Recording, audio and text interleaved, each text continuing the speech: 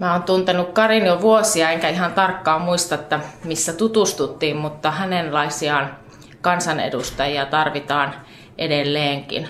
Karilla on kokemusta, mutta silti hän on samalla hyvin avoin uusille asioille, mitä piirrettä Karissa erityisesti myös ihailen.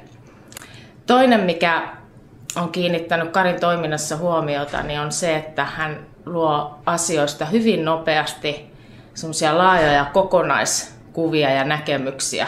Hän osaa yhdistellä yksittäisiä asioita ja tämä on myös piirre, joka auttaa vaikeidenkin yhteiskunnallisten asioiden ajamisessa ja niiden edistämisessä, koska se synnyttää usein sellaisen poikkihallinnollisen näkemyksen jo valmiiksi ja hyvinvointia, jos mitä turvataan nimenomaan poikkihallinnollisella eri toimialojen välisellä yhteistyöllä.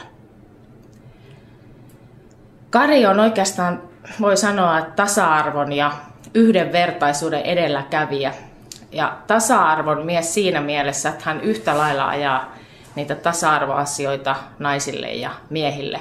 Eli sellaisissa asioissa, missä miesten asema on ehkä huonompi suhteessa naisten asemaan ja sitten taas toisinpäin.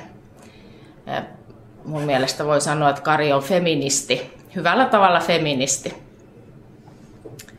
Mutta se, mikä mua ja Karia erityisesti yhdistää, on liikunta. Kari on liikunnan ja liikkeen mies ja tähän mun mielestä kiteytyy myös se, että hän tekee oikeastaan niin kuin sanoo, eli toteuttaa sanomaansa. Liikkuu itse, huolehtii sillä tavalla terveydestä ja hyvinvoinnistaan, kerää roskan päivässä, on eduskunnan rappuremmin johtohahmoja, eli toteuttaa sitä, mitä tekee, ja tämä luo semmoista luotettavuutta ja varmuutta kansanedustajan toiminnassa.